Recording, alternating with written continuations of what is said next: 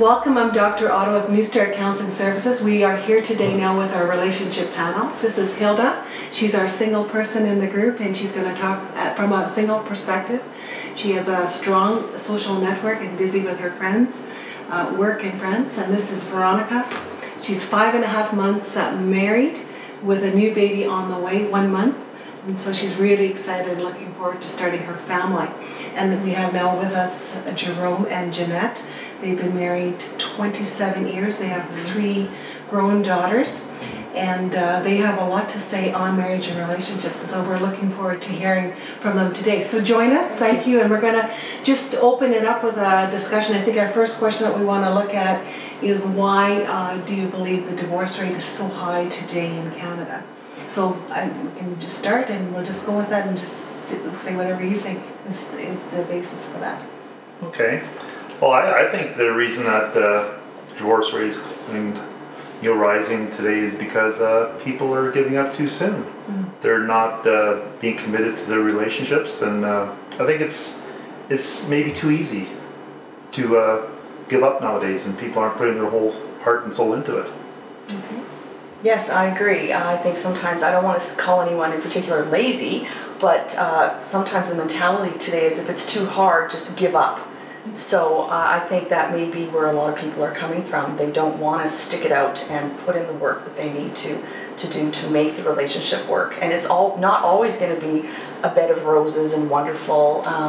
There are going to be some bumps and some hiccups, and sometimes those, when you get through them at the other end, you actually feel closer to one another.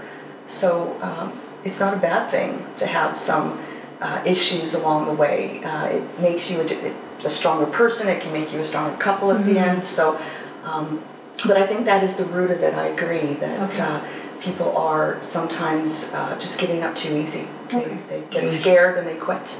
And you should be able to resolve any issues you have or discussions over time, and even if you have grown children in the house like we have, like for them to see how you resolve those issues, it's not a bad thing. And they too learn from that and say, you know what, Mom and Dad, they had a little bit of an argument, but you look how they are today. It's great. Okay, so one of the reasons you believe the divorce rate is so high is people give up and they don't try. Yes. What do you think, Hilda? I don't necessarily disagree with that comment, but I also think that sometimes people do try.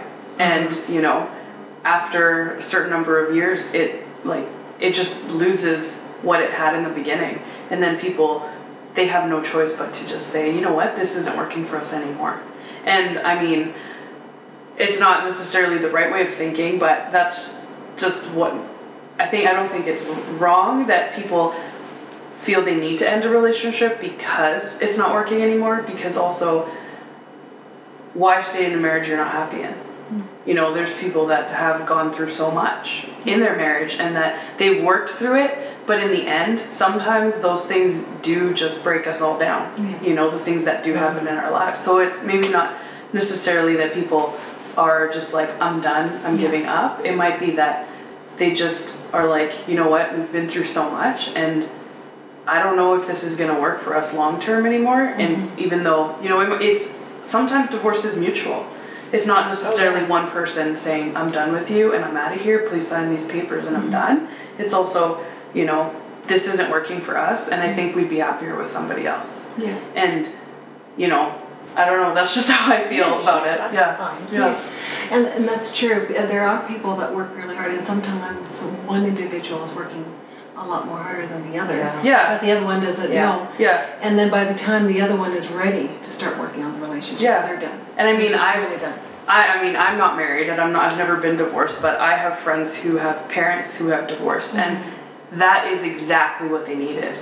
They couldn't be together anymore. One person was way more committed to a relationship than the other person, and that it was better for the kids long term.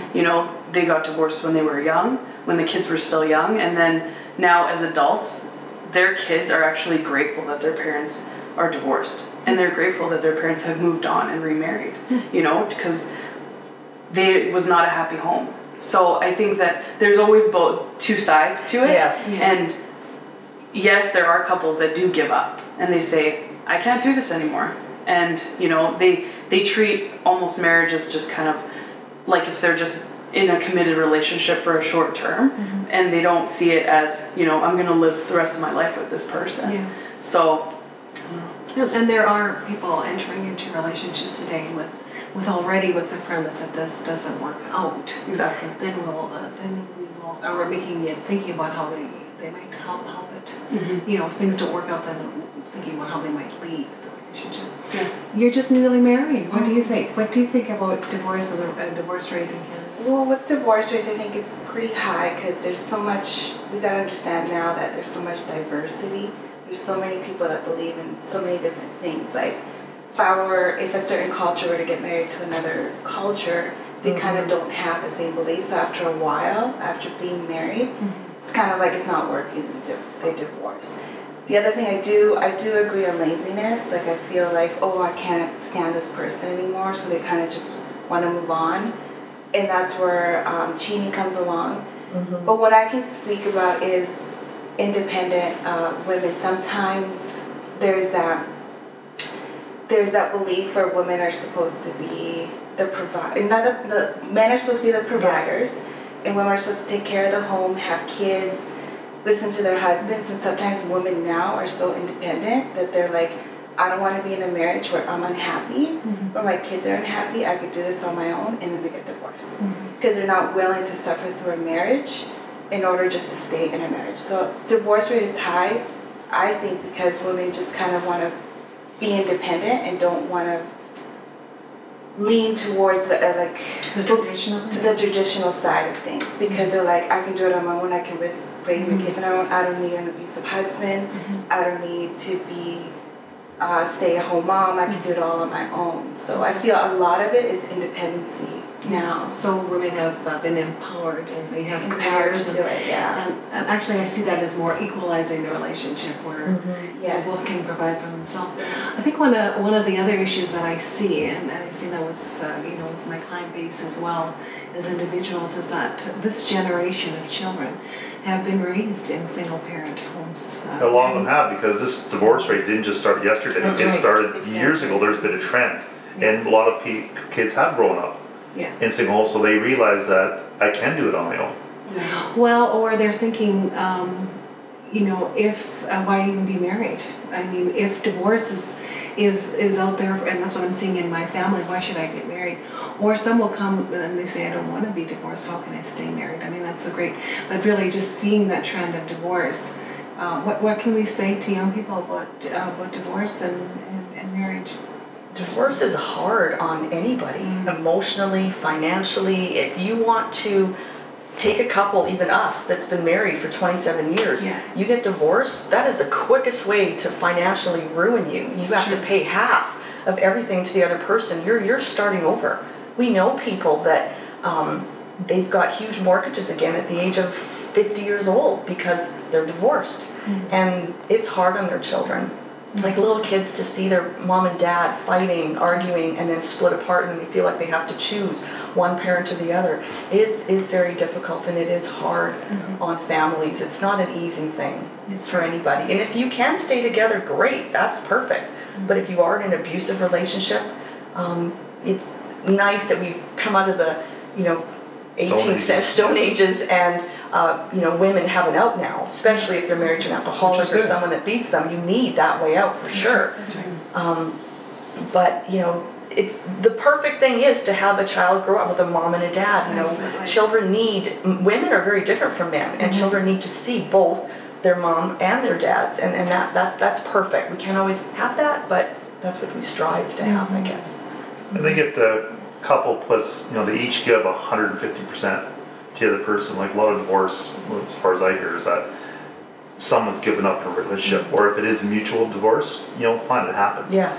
But if you're not giving over 100%, somebody is now lacking. Their needs are not being met. So that's when they start to struggle, and they start to look for companionship or conversation outside of the relationship. That's the beginning of the breakdown, in my opinion. So if you can keep that within your own house and keep that communication going with your spouse, then you have a chance. Well, communication is really huge. What do you think that would help some of our young people in the divorce issue out there? I think people really need to realize what they're getting into before they get into it. I know people that have gotten married and they were really young and it works and they're fine. But then I also have known people that have gotten into relationships where they've always been iffy about it, and then they get married and now they're divorced, you know? So I think that there's always that gut feeling. My conscience yells at me when there's something that I know is off. I can't even put it away, right? So I think that you really need to listen to your inner self. Yeah, you need to listen to that gut feeling that you're thinking, you know what, I'm not sure about this. Don't just do it because you think that that's exactly what needs to happen. I mean, it happened to me. I was in a relationship that I knew was going the direction of marriage, and I had to one day wake up and realize, you know what, I'm not 100% sure about this. And I know in the long run, we're both happier. So, you know, I think just making sure that you know what you're getting into before you do it. And I mean, a good point was brought up about, you know, the divorce rate and like divorce and kids. And I know growing up, I always had my parents. And it is important for kids to have parents. Ideal. You know, in a home where your parents can teach you morals and values and show you that, you know, this works. And you don't, we just like, I think humans just thrive on like other connections and emotional. We were talking earlier about emotions and how relationships are so emotionally involved, and if one person's not emotionally involved, then, you know, the relationship usually fails because one person's trying so hard to get emotions out of the other person and it doesn't work. And that I see as not necessarily a form of giving up. That's just something that didn't work. But then that's why I say people really need to know what they're getting into, and they need to be sure that even if a person is a certain way and you're, you know, I don't necessarily like how that person is, but I can look, like, you got to be sure that down the road you're not going to hate yourself for wanting to be with that person, even if there's things that don't necessarily match up to what you think should be happening. And that is one of the issues too, you know. I think that people already, when they're dating or, you know, in a relationship, already know some of the issues, but because they're so in love, you know, they think that love is going to override all these things, and or, you know, we can change the person, you know, the fallacy that we can change them, and everything will be good, or I can suck it up, I can ignore it, I can put it away.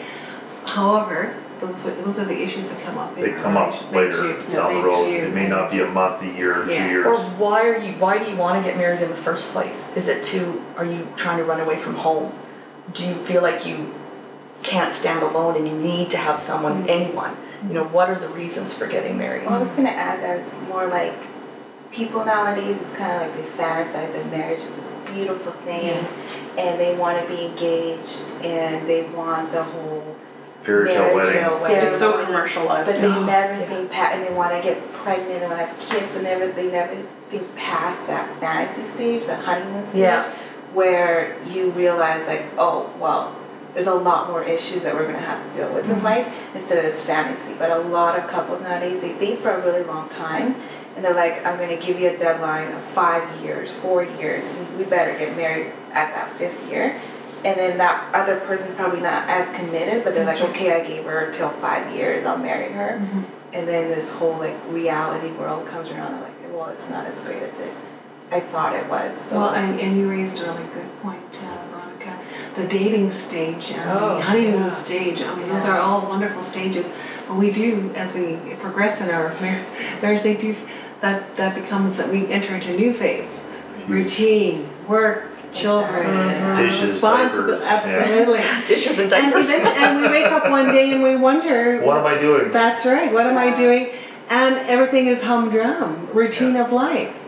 So now we want to make things exciting. Spice it up. How do we do that? That's right. And that's what we're talking about is what do people do to spice up their relationship? You know, for us, it's go for walks, hold hands, go on a date. Go on a date. Night. Hire a babysitter. Babysitters are cheap. Yeah. But